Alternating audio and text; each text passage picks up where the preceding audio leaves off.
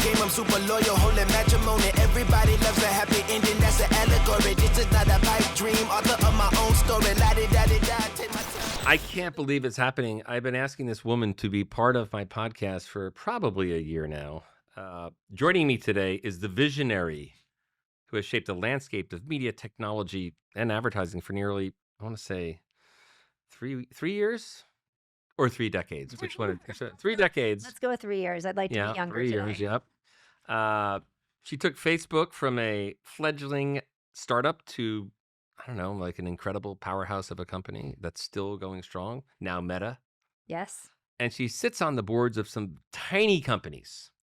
One being the Disney Corporation, and one of the other ones is the Coca-Cola Corporation. Okay. I don't think I even said who. I don't even say who you are. I think I didn't even get to that part. It's Carolyn Everson. So I'd like to do if you will join me in the product demo. Let's do it. Oh, this is ice cold too. Nice. By the way, nice touch. You got the Coke Zero, which is my favorite. Yeah, mine too. Got partner on it. So. Oh, I didn't know. I have Bro. Well, Bro, she's an odd one for me, but partner, Bro and partner. So share a Coke. We're sharing a Coke here at the corporation. Yeah, it's gonna be delicious. Oh, that's good. It's so good. Coke Zero. I don't think people talk about how good it is. And I feel like we're not doing an ad for Coke. I truly love Coke Zero more than anything. So I used to be a regular Coke drinker from the time I was little. My mom used to put a regular Coke, a ham sandwich on white bread in my little lunchbox with maybe a goldfish or some kind of pretzel snack. So I drank Coke every single day from the time I was little. For me, I can't get enough of the Coke Zero, and I don't feel guilty because it's no sugar. Yeah, it's delicious. It's a pleasure. We've been friends for a long time, and we first met. I got to write a letter of recommendation for you very recently. So your career is literally in my brain right now because I was writing this, and then with the help of WPPAI, made it way better. Well, thank you for doing that. I appreciate it very much. Thank the digital version of me even more because that person's amazing. But we met at Facebook. We'll talk about your early career, but I think you're probably most known for being the face of Facebook for a very long time. And we met at the Creative Council, and then I moved to the Client Council. So you've been part of Facebook, part of MTV, part of Microsoft and Instacart. Where do you see this business going in the next 5 years? Because you've got like sort of this, now you're in a board position on many boards and many volunteer things and doing incredible stuff, and mother to 2 incredible daughters. And as we know, another son you have named Doug. And what's it like? Doug, my husband, will love that. Oh, he's going to get it. But tell me, like, where do you think we're all going? Because everybody asks me, and I'm like, I have no idea. Oh, goodness, Rob. It's not even, I didn't throw this question. This is a new question. This is a new, yeah. Well, you can ask me anything. Yeah. The honest answer is that I think we're on the precipice of probably one of the most innovative, creative, technological revolutions that humanity has ever seen before. So where we're going, I do not know. It's funny, I just came from a lunch from a private board that I'm sitting on. And over lunch, we were talking about 20 years ago, did you ever imagine being in New York City, taking out your phone, pressing a button, getting a car, like AKA Uber or Lyft? And it fundamentally changed society, right? And I could go on and on about all of the apps that have. And now what's being created are things that are unimaginable to us. You mentioned WPP AI helping you, with your letter. And there is not a single day that goes by that I'm not utilizing AI to do something and do it better and enhance it. So I think we're at a really amazing stage. So that's the positive side, and I'm with you. Is there a negative side that you've seen working with all these different companies where you're like, hey, here's a bit of a watch out, or here's the thing I'm kind of worried about, or something we need to work on? I think that the companies today, there's existing companies that have been around for decades, if not 100+ years, that are trying to figure out how to reinvent and transform themselves because of this new technology. And what that is going to mean is likely on two vectors. One, hopefully it's going to enhance growth and drive growth for the company, make their sales team perform better with better information, better insights, bring products to market faster, et cetera. But it also should help on the efficiency and cost side. And I think it is scary for some companies to think about, well, what are the implications for the average employee? Is their job going to change? Is it going to go away? So it's not just can I enhance someone's job, but I think the future of work, you can take a very positive, positive view, an optimistic view, I should say, or a very pessimistic view. The optimistic view is that we are going to democratize so many things that used to be not available to people. Think about it. Many years ago, a few decades ago, you needed to raise money on Sand Hill from a venture capital firm, millions, if not tens of millions, hire a bunch of engineers to build a company. Then it got a little bit cheaper and you could start a company on a credit card and get AWS and you get a little business going without too much capital. Nowadays, you can literally build a business without virtually any capital and not even sophisticated level of engineering. So on one hand, you could say the world's going to be unleashed. We're going to have entrepreneurial ideas coming from billions of people. What does that look like? I think it's hard to even imagine. On the other hand, you could say, actually, a lot of the jobs that we know about today are going away. And I think that period of uncertainty, particularly for the people that are in the jobs that are likely going to go away in the next few years, that's going to be a rough transition. And look, there's some estimates are that over 50 to 60% of jobs as we know it are going away. And then other people feel like there's going to be this whole new creation of new businesses and services. I think it's a really exciting time to be in the middle of it. For sure. So you mentioned that you think there are going to be billions of people coming up with billions of ideas. What's going to make those ideas pop? Like, does creativity play a role? The podcast is called Screaming Creativity, so I'm always going to come around. I was about to. You. I read your mind. You it's one of my. I read my mind. That's like a hanging curve. Yes, in baseball. Baseball, yeah. Well, you gave me a hanging curve. So the ideas that are going to resonate, I think, the most are the ones that serve consumer needs or business needs. But we'll just stay on consumer because I'm very consumer centric in my thinking. They're going to be the ones that just deliver something to consumers. They delight them. They cause an emotion. They provide a service that consumers didn't even know they wanted, and now they can't live without. Like that, those are the ideas that are going to resonate. And that consumer centricity, which is often rooted in creativity, right? How it's being brought to life and how you tell that story. I think that's the differentiator. But I've always believed consumer centricity and creativity are the differentiators.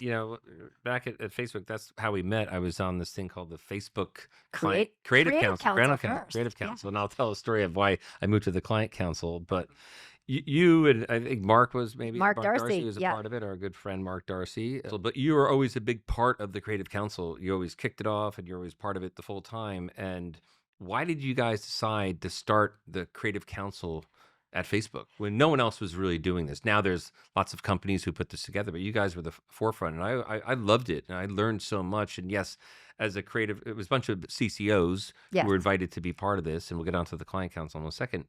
But I was honored to be part of it. I was a stockholder, and I still want a stockholder, so I had a vested interest in it. And then we got to learn about all the new things that were coming from Facebook. So it was a really exciting time. And I got to meet, a lot of people, Boz and all these people would come in. But why did you decide to start that? How did you know that that would be a real key to getting agencies to work on Facebook Meta now, but at the time? So there was a couple of key reasons why the Creative Council got started. And obviously I give a lot of enormous credit to Mark Darcy. I was sort of just his partner in crime in this. But first, we knew that in order to deliver the best, really marketing on the platform for the end user. So when Mark Zuckerberg I like to call him Zuck. Okay, we can call Zuck. But we had Mark Darcy, Mark, I'm trying to get the Mark. So we'll just go Zuck. When Zuck hired myself and Darcy, by the way, within a couple of months of each other, one of the things that he wanted was that the ads would be as good as the organic content. And when we first started in 2011, they were nowhere near Yeah. that, right? They were display ads, like let's And call then it. you watch the movie, and it was very clear that like don't ads aren't cool, and so I'm sure that was in the back of It might have been, everybody's head. but Zuck wanted them to be as good as they could possibly be.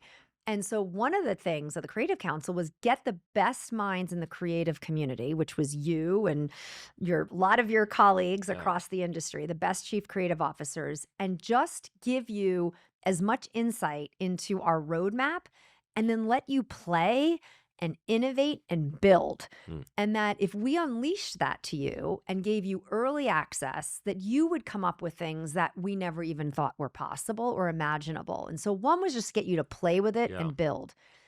The second insight was that creativity was actually the differentiator on what clients, the end client, the Coca-Colas of the Yeah. world, the Disneys, et cetera, would actually pay for ads on Facebook. The better the creative, the less you paid. We had a really sophisticated auction at Facebook, which came up with the pricing for ads, and creativity and the quality of creative was the differentiator. And no one really understood that. But you and your fellow colleagues on the Creative Council got it early. And so I probably got it the most. I think it's safe to say, right? I probably got it the you most. usually pick up things Yeah, very really, quick- really very quickly. But I think some others of your A couple, colleagues a might get a couple, yeah. little perturbed if I, Yeah. play total Yeah, favorites a here. couple other people.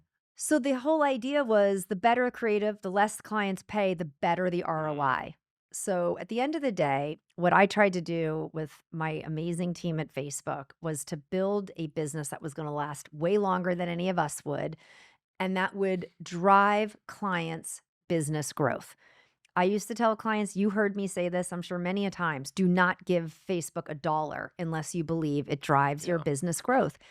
And media companies weren't saying that. Media companies were just like, Give me the money. give me the money, give me the money. Let's do it up front. Here's scatter, here are the prices. But where was the ROI? Now that I'm on the board side of things, like that even matters even Yeah. more as boards, okay, the budgets to spend hundreds of millions, if not billions on marketing. You've got to deliver growth. Yeah. And then, the Creative Council was fun. You had a lot of great creative people. And then I got invited to the Client Council once. And You did. I did. And it was in That was California. because we enjoyed your participation in the Creative Right. Council. So, be a loud person with enthusiasm, and you might get asked to go to the Client Council. When I showed up, I realized it was all these CEOs of the ad agencies and CMOs of yes. big brands, some of which were the brands that at the time Crispin or McCann, or I was probably Crispin, I was working with, and I remember telling Carolyn, and they were competitor CEOs. I'm like, I need to be on this thing because all my clients are on this, and nobody from my company is here. I'm That's a little right. nervous, and you had Andrew Robertson and David Sable. I was like, Wendy Clark. I was like, I don't know, I need to be on this.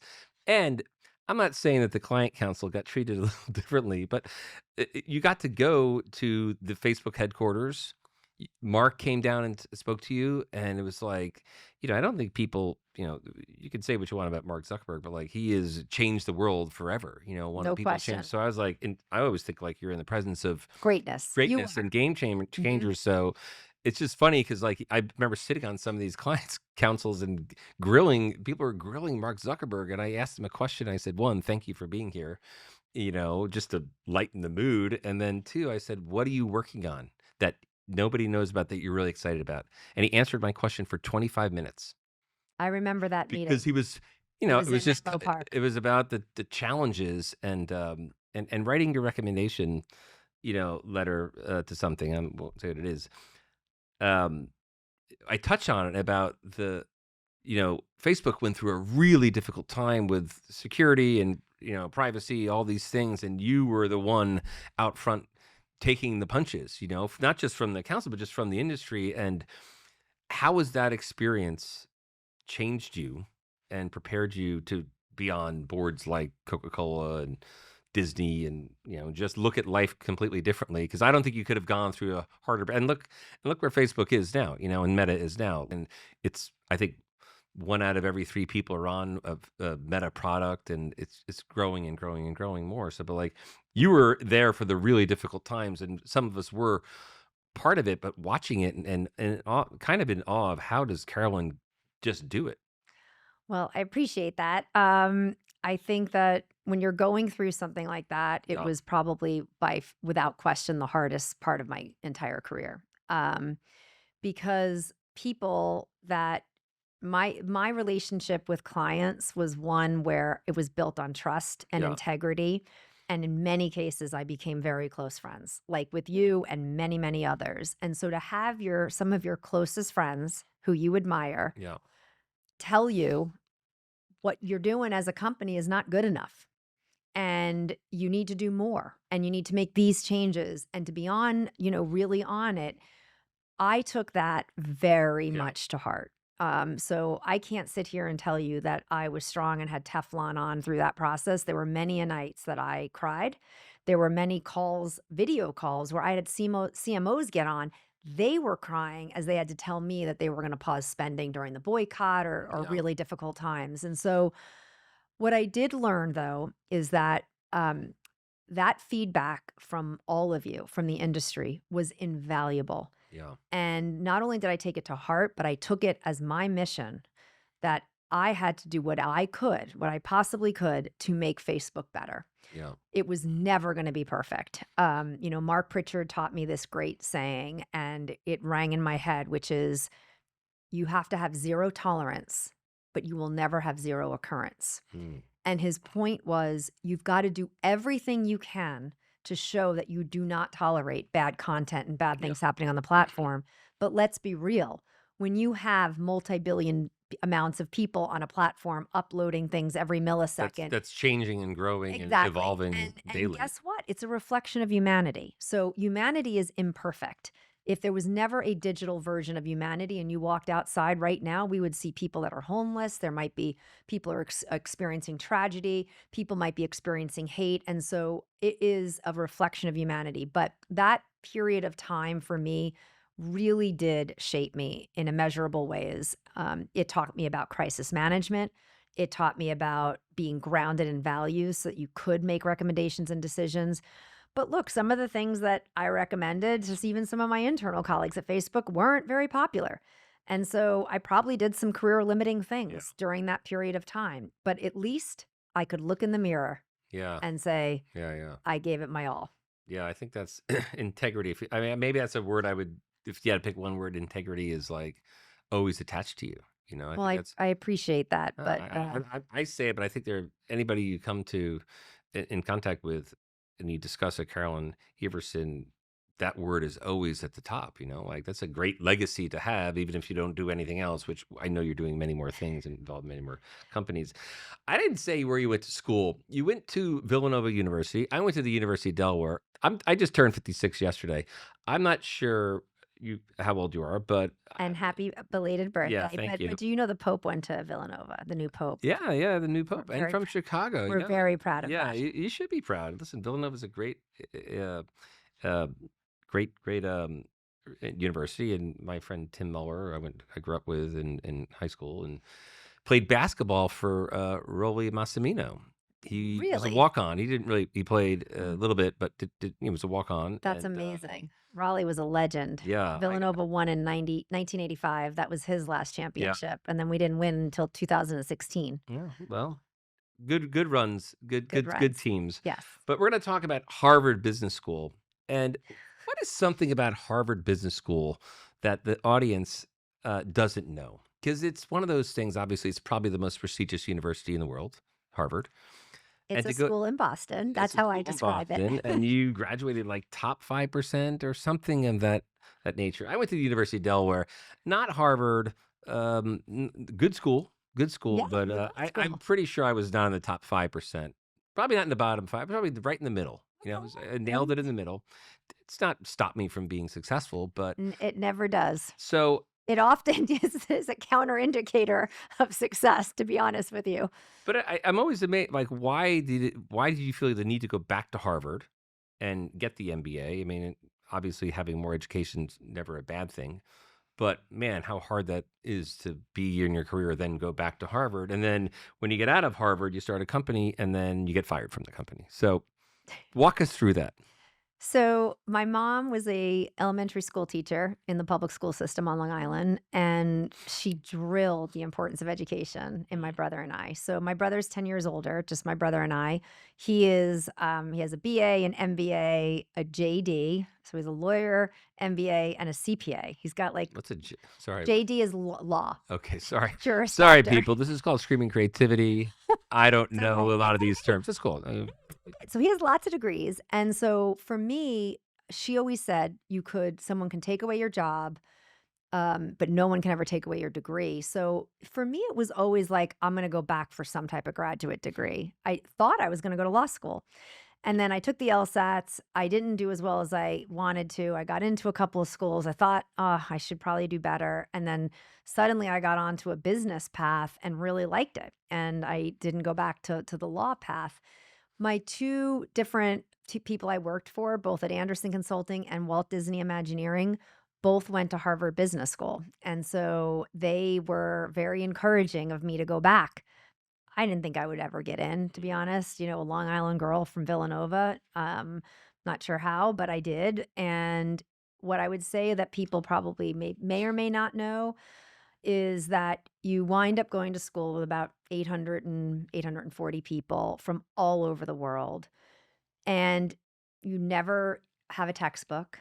You do all case studies. Interesting. So every course is case studies. And I think we did over 1,000 by the time the 2 years were done, something around that number. And what those case studies are, they're case studies of real business situations.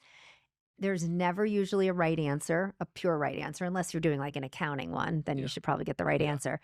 They're all meant to be debate about decisions. What would you do if you were in that CEO's chair? Yeah. How would you think about the culture of the company? How would you think about the strategy? And the whole thing is you're supposed to come out with a wide range of thinking skills to help you in many different business occasions, as opposed to coming out and being like, I'm going to be an amazing accountant or, a specific skill set. And so it really teaches most about leadership. And it turns out that really, I think in the end, helped me a lot. Yeah, Shape my thinking. obviously, and then, but what was the failed company? So talk about that for a second, if you don't mind. I mean, it's Oh no, it's fine. I mean, yeah, until I got failure, fired. So basically, I went to business school 1997 to 1999. That was at the start of the first huge .com craze. Yeah. So all of us as first year students, not all of us, it's an exaggeration, but a lot of us were trying to think about what company would we start. I love pets. I only ever had one dog because my mom and dad were like not so excited about me getting a dog, but then I got a dog the moment I moved out and could be on my own. So I was like, what about a digital business for pets? I like your parents' decision. I'm not a fan of dogs. I I was know. attacked by dogs as a child, so I'm still traumatized. I know. It's how much work. It's a little, I know, I'm a little bit worried about when you visit with our 4 dogs, but we'll figure that out. Anyway, long story short, I wanted to do something in pets. I found the owner of the domain name pets.com. Back then, it's when people bought tons of names. He owned like 150 of them. He wouldn't sell the name. So I said, would you partner with me? We're going to go raise money for this digital company called a pet life management service, and it's going to be called pets.com. We raised $5 million. Part of the agreement to raise that money was that they would hire a CEO.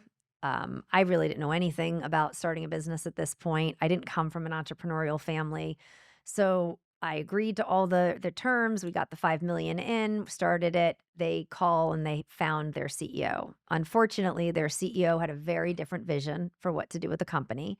She told me that we were going to sell pet food, large bags of pet food. Like Costco level bags. Yeah, but this is 1999. This is before like Amazon had really gotten traction or tons of So maybe warehouses. it's not a terrible idea. I think probably just 15 years too early, or at least 12 years too early. And I said to her, you're going to bankrupt the company because for every bag of dog food, this is how much we're going to lose. Shipping it just Correct. Especially when you don't have the warehouse and the e-commerce infrastructure. Told her she was going to bankrupt the company. She told me I didn't know really what I was talking about. And lo and behold, she sent a fax. This is how old I am. A fax to my apartment on campus 3 weeks before graduation that I was no longer needed at the company. So your And idea. my idea, we raise the money and I get fired from my own company. She wound up bankrupting the company, about 6 to 9 months later. But for me, it was a huge blow. Yeah, of course. I mean, I was devastated, right? I went from having the Silicon Valley, like, fun Darling of darling, right? I just raised 5 million right before graduation. I'm off and running to I do not have a job. And I had turned down all the traditional Yeah, of jobs course. at banking and consulting, et cetera. So it was a real big blow and it rocked my confidence terribly. So much so that I had confidence issues. I still do, but I'm Yeah. working on them. But it is something that I've had to work on for the rest of my career. Yeah, I mean, everybody suffers some level of imposter syndrome, like um but the creativity needed to start a business, the idea to start a business, like because the way you tell the story is just like you're a badass, you went to Silicon Valley, raised $5 million, they brought in some CEO, thought she knew everything, ended up didn't. I didn't agree with her. I got pushed out. Fuck them. Like in hindsight, you could tell that story as a real, you know what? And it never stopped me. And then I No, vowed to beat her. But it crushed me. yeah, It totally crushed me. I wore a baseball hat to all my final exams because you're I was embarrassed, crying. or did I people know? Did this? Word spread very quickly, and then the business school wanted to get involved, and they were very upset. They felt like I you had got been screwed taken. over. They Yeah, felt like I had been yeah. taken advantage of by both the investor and the situation. So people knew. Word spread super quickly. That stuff doesn't hold.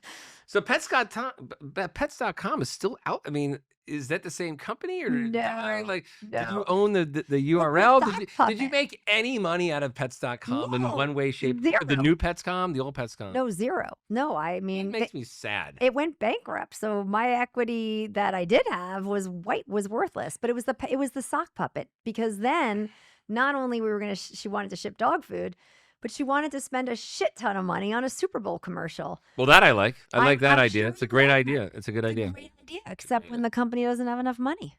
There's some pretty good advertising for Pets.com. There was some decent advertising for I that know. company, I feel bad. I'm not saying the ads weren't good, but the business, you got to have a business that actually can make money and What work. was your idea, though? What was your My idea? original idea was that if you bought or if you adopted or rescued or happened to buy a pet, that this service would provide all the tools you would need to make sure that you could give your pet the best life. So it would help with veterinary services, it would help with insurance, it would help with tips, it would remind you about appointments, it would send you, you would get products, but for birthday, for things that we could manage. Yeah, smart. And so the whole idea was because by the way, when you raise a pet and take care of it, it's like having a child. There's a lot you have to do. I know. Listen, I've got an app that I've been trying to sell. I'm not going to talk about it because it's being presented, but it's about preparing your family for pets. So I'll tell offline. I'll tell you, it's Seriously. a genius idea, and I've had it for 10 years, and someone might do it. Okay. But I want to hear more about that. Jonathan has a pet koala bear. That's correct. Yeah, he does. Oh, wait. I rescued a koala bear in Australia. By the way, I'm joking, but now move on to that. No. How did you rescue a koala bear? Because every time we go to an animal sanctuary, our family, we did that with But you wouldn't dive in the water, a drowning koala bear. You rescued and pulled out and gave it CPR. No, Okay, rescue, that's what I thought. Maybe you did. the Oh, okay. got it. the food and the care and I elephants. thought for sure you rescued it live because No. you've gone on a lot of amazing trips. Like where I go all over the place. Where is your favorite place on earth that you've gone for work or for rescuing or with your family? I mean, you guys go on amazing trips. Yes, the happiest I think the family has been in a place has been Kenya. And we visited that now multiple times. We took the girls when they were 8, and then we brought them back every couple of years. And Kennedy, one of my twins, actually spent part of a summer working in a rural hospital there. Kenya is it's like in you when you go. It's amazing. But probably the coolest was Antarctica. Yeah. So cold. So cold. No, so but cold. it was amazing. So you brought your daughters up. We don't have to talk too much about them, but They're underachievers, right? I mean, that's how I would look at them when I see the two of them. Just tell I'm just when gonna you tell listen to them. these children, what these young women have done so far, it makes you sad that you Oh, have not stop done it. much. Like, but they're graduating and good athletes and gone through some hard times themselves and some of the injuries and just been on stage speaking to tens of thousands of people. Like talk 2 minutes about them. I don't know if you ever get a chance to talk about your kids on a podcast, but No, I haven't, and they'll yeah, they'll kill me. yeah, But the thing I'm most proud of is that they are good, kind, empathetic, generous humans. yeah. That's I'm most proud of. They just graduated, both of them. Taylor and Kennedy. You can Taylor, say where they went. Taylor and Kennedy. Kennedy graduated from Duke, and Taylor graduated from Yale.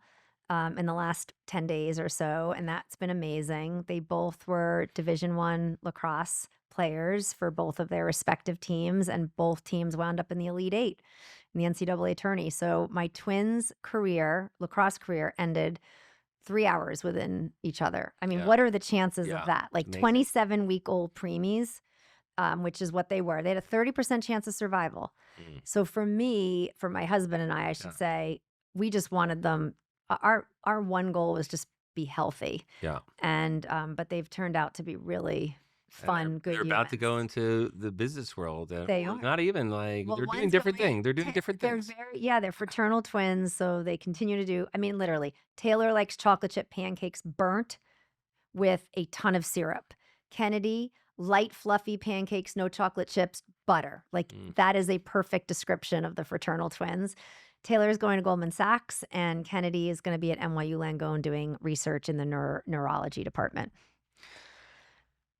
As I said, underachievers. I'm going to tell them that. I'm They're going to gonna get them. watch this. They're gonna see it. I'm going to get them It T-shirts. says underachievers. Yeah, Underachievers yeah. with a quote And from Rob yeah, Reilly. no, It's come on. good. They're I these love it. like you kind of knew they would be. Listen, they have special parents, and I kid about Doug, but he's one of the coolest, He smartest loves you. guys, and was an amazing businessman himself, and now is just kicking so much ass, and he's such a cool guy. And then these children, you knew they were going to be great kids, but and high achievers when you met them when they were 8 years old, 10 years I old. They think you weren't like met them in Cannes.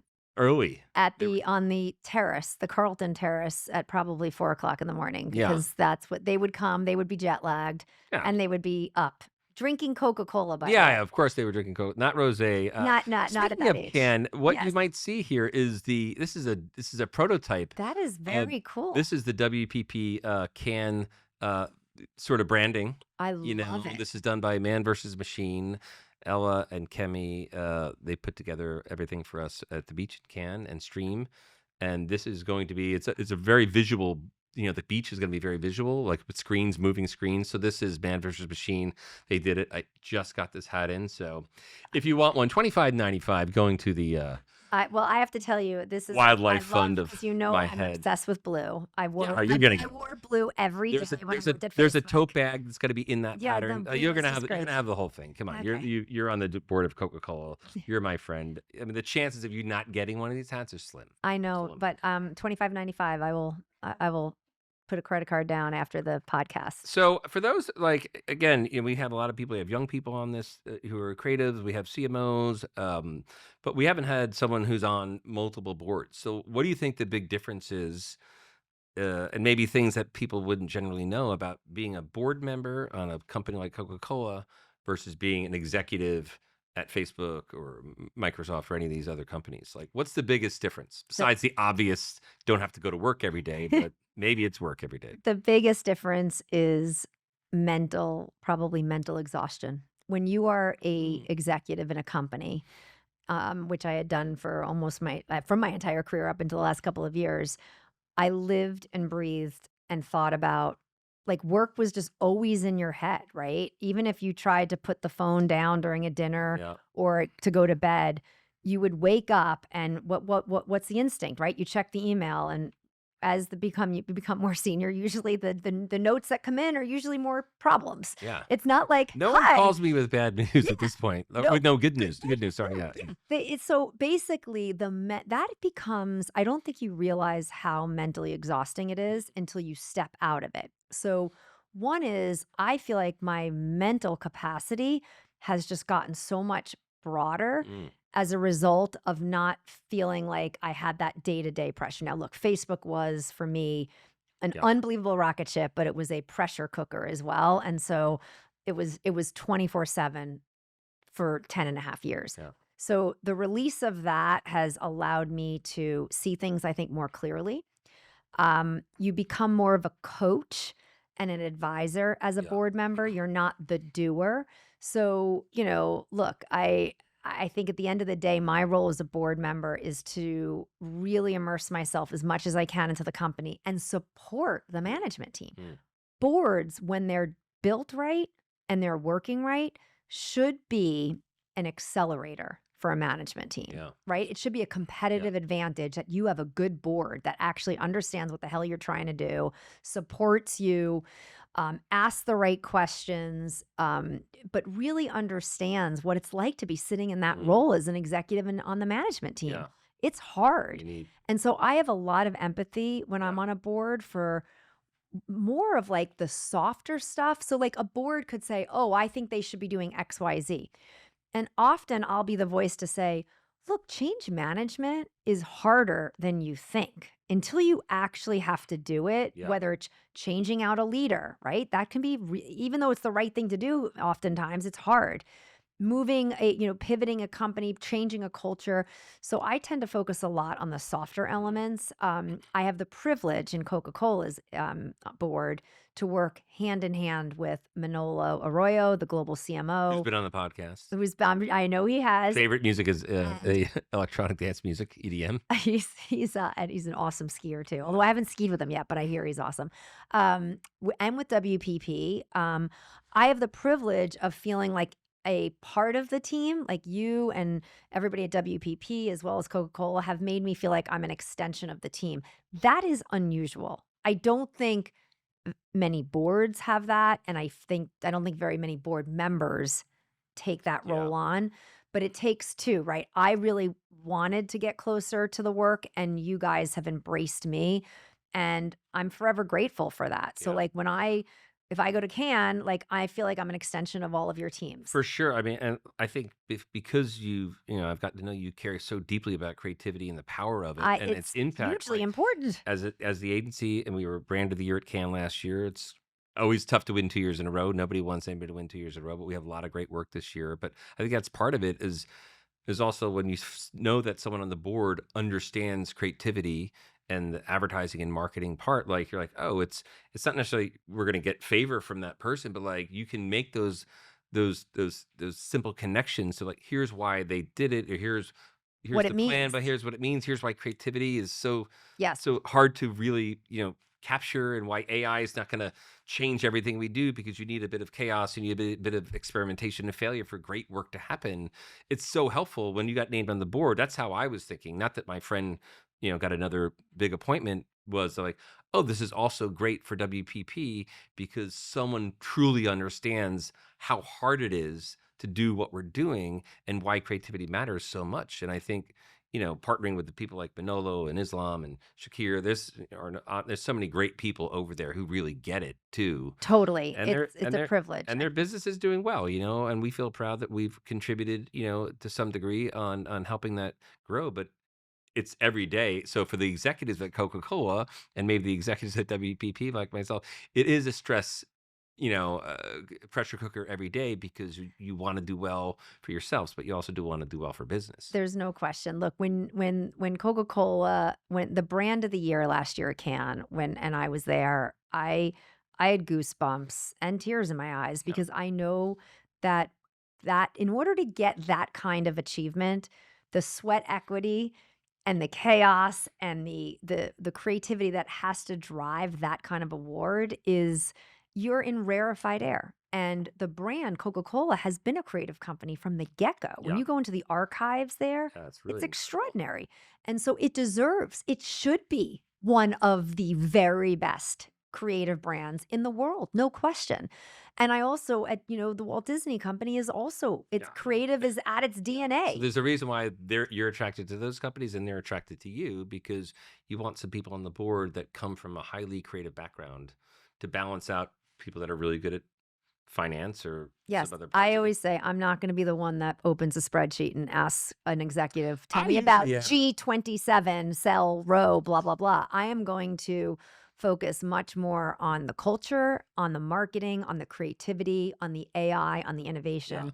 That's what I love to do on the We have a boards. couple more questions. We know you're on 10 different boards, I think. I mean, I'm not sure the number of boards. We can't even list them. Can't forget Under Armour. We can't forget Under Armour. Kevin Plank. Kevin Plank, I'm about to go. That's where I'm going right You after tell this. Kevin Plank I said hi. I I'm one of the will. executives from Crispin Porter Augusta that he worked very shortly with.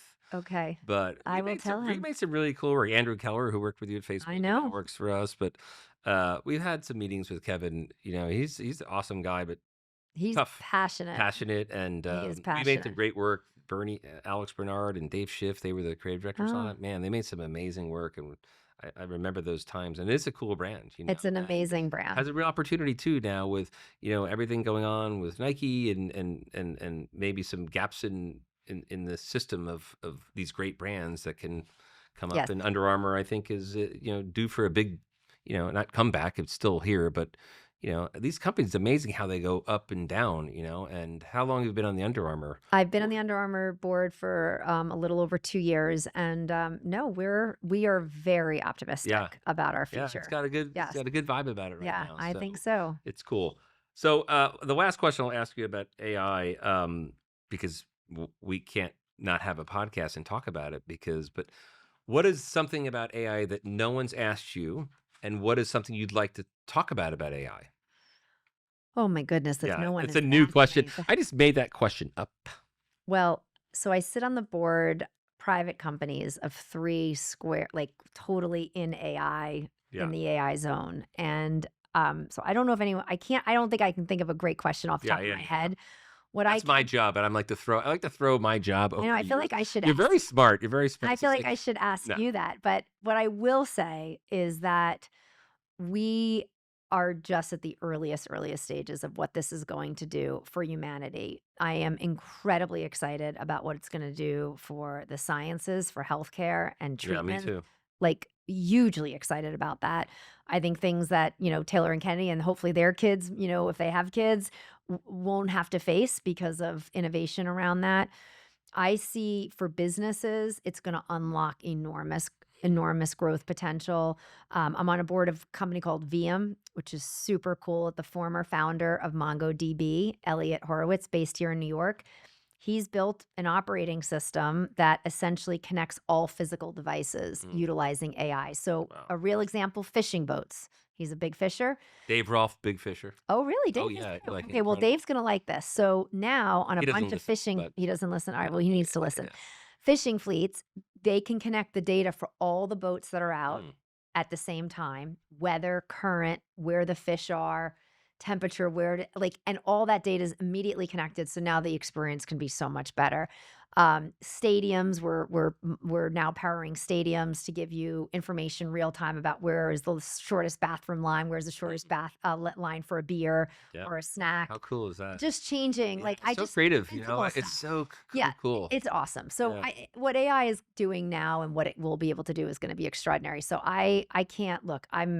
I'm just trying to stay as close to it as possible because I think that's going to be critical. I'm very curious about it. We do a lot of it here at WPP AI, and I mean, media creative, like it's all the tools that it's going to give creative.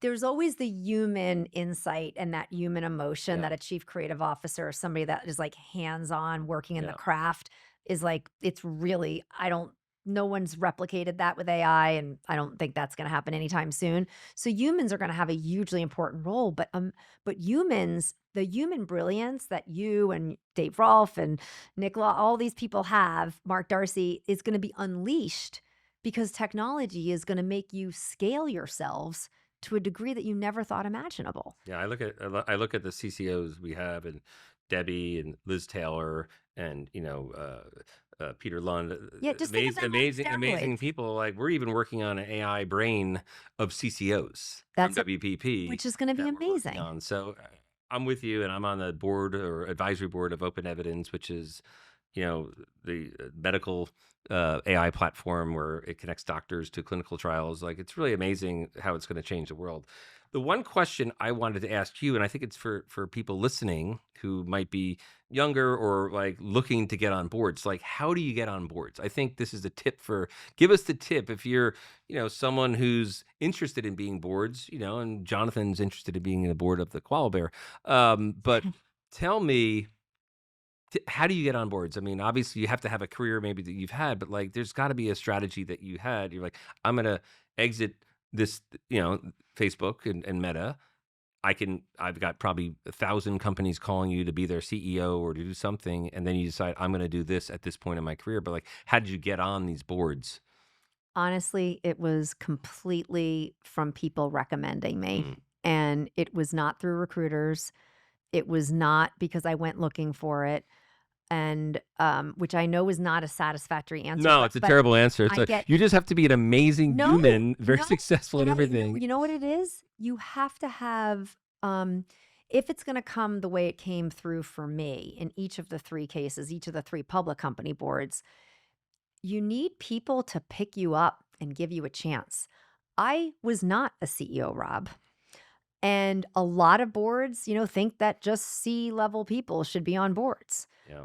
I'm younger than the average public board director. I'm 53. That was another strike against me. Okay, now let's go in the positive column. I'm a woman, gender diversity matters on board. So, okay, that can be a positive. I was quote digital because of my experience. Okay, that is a positive. So there's some positives, but there were some things that would definitely challenges. And the truth of the matter is, James Quincy, CEO of Coca-Cola, called me right after I left Instacart, actually. I thought he was calling to get feedback on like how Coca-Cola could do better with Instacart or Facebook. And lo and behold, after we caught up, I had met him a few times before, he let me know that he really would like to, me to consider joining the Coca-Cola board if I could do some interviews with other board members. And I was like ready to fall off my chair. But a former board member of Coca-Cola recommended me to James. Then Disney was Dan Loeb, an investor that bought a decent amount of stock, suggested the board needed a little refresh, sent some names. And I mean, and Kevin Plank got introduced to me through some. So I share that because it also says that the more senior you become, whether it's in a company or on a board, you do pay it forward. Yeah.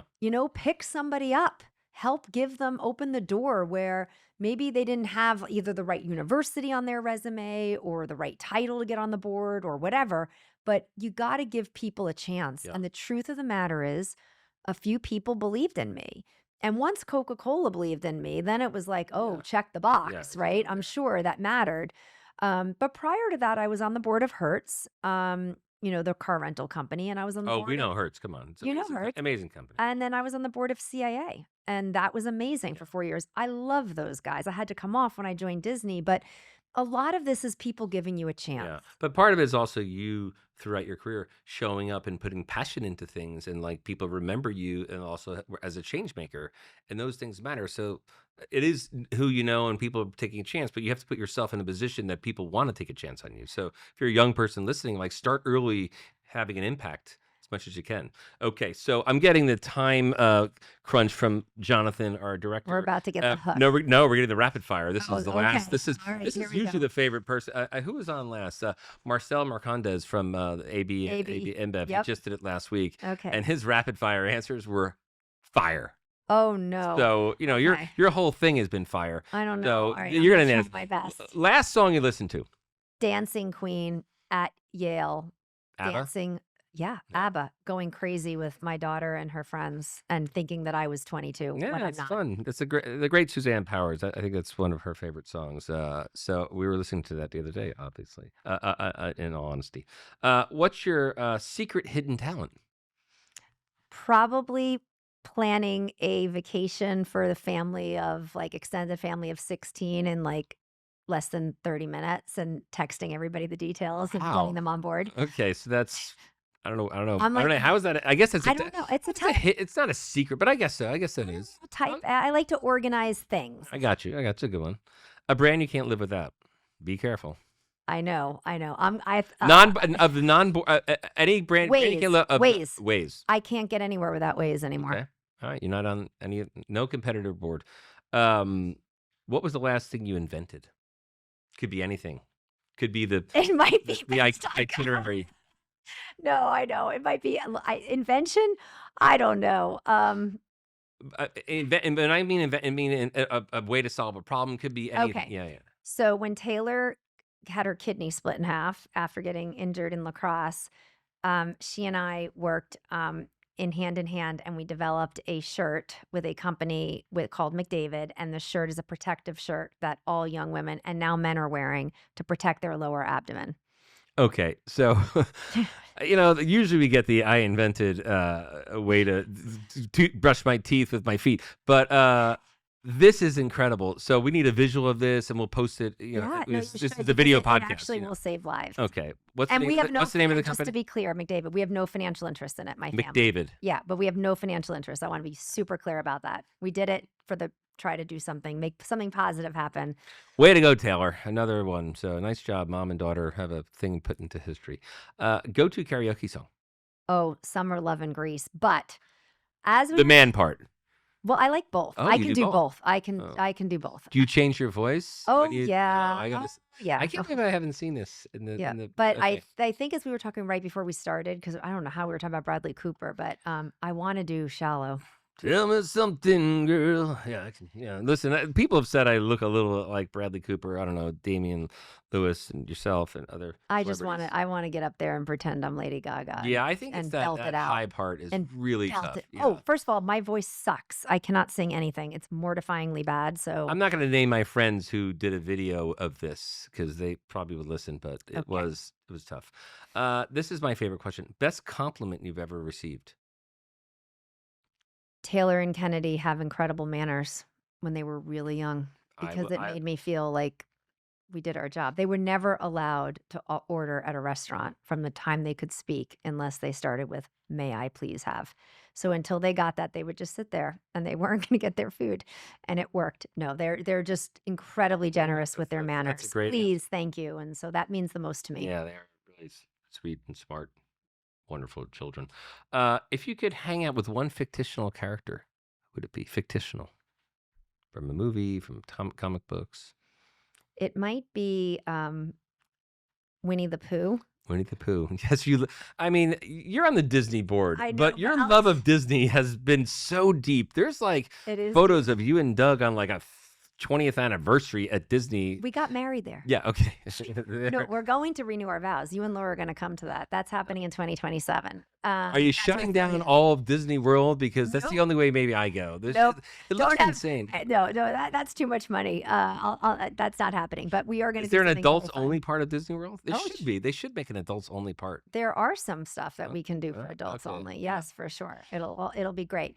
Winnie the Pooh, because has one of my all-time favorite quotes. Don't cry because it's over. Smile because it happened. And I want to talk to Winnie the Pooh and actually ask him how to not cry when things are over that you love, because I still cry. Wow. That's probably the best answer we've gotten ever about fictional character. I mean that. So I didn't know where it was going. Winnie the Pooh. No, you scared me with Marcel's being fire. So what the heck am I supposed to do? But his whole interview was really he was amazing. He was amazing. Like, Now you're fire. It's a different kind of fire. Like it's like trying my best. you're blue fire, which is the hottest fire. Okay, right? thanks. Blue flame. Okay. See, I nailed it. Blue's your favorite color too. True. 3 items, and if you can only answer one, 3 items on your bucket list, because you've done pretty much everything, but there's got to be 3 things that you would like to do. There are still many countries that I haven't been to that I want to go to. I would like to write a book about leadership and culture and the humanity of leadership. And I want to open a more substantive dog rescue farm. You know, we just hired a woman, Colby, who's on Coca-Cola now. She's a big job on Coca-Cola. She's upstairs. She's on this floor. She's here today. It's her second day, and she's a big dog rescue person. She's involved in all these organizations. So you have to. Meet her. I will definitely meet You her. have to meet her. If she's around, I'll find her. If you weren't doing this career, what would you be doing?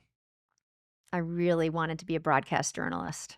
I think So you'd be great. I feel like you'd be a great broadcaster. I feel like you'd be great, like, I kind of want to maybe do CNBC someday because I love business stuff. But I really wanted to be on Good Morning America, and I keep asking I think you Michael should. Strahan if I can join him. And what I, I'm trying. I was on the I'm Today Show trying. once for the Super Bowl. And it was pretty 7 minutes of amazingness. Jonathan got me on the show talking about the Super Clio for my friend Cole, and it There was you pretty go. awesome. Well, Katie Couric spoke at Villanova, and she was my idol, and now we've become very good Yeah, friends over you the brought her years. to Facebook. I met her Yes, at one of she's your events. amazing, She's and very I cool. kind of want to be Katie Couric. Yeah, she's very cool. Okay, last question. One piece of advice for your teenage self. You've given so much great advice so far, but what would you give your teenage self? What advice? I'll give my teenage self our family motto: dream big, life is short, create memories. Well, that's a winner. You're a winner. Thank you you. so much for doing this. You're the best. Love you. Married to the game, I'm super loyal. Screaming Creativity is directed by Jonathan Sanchez, produced by Alex Davis Isaac and Adrian Chan, edited by Ogilvy, designed by Dave Towers and Martina Stisi, and music by Tax Free Nevada and Cleveland Thrasher.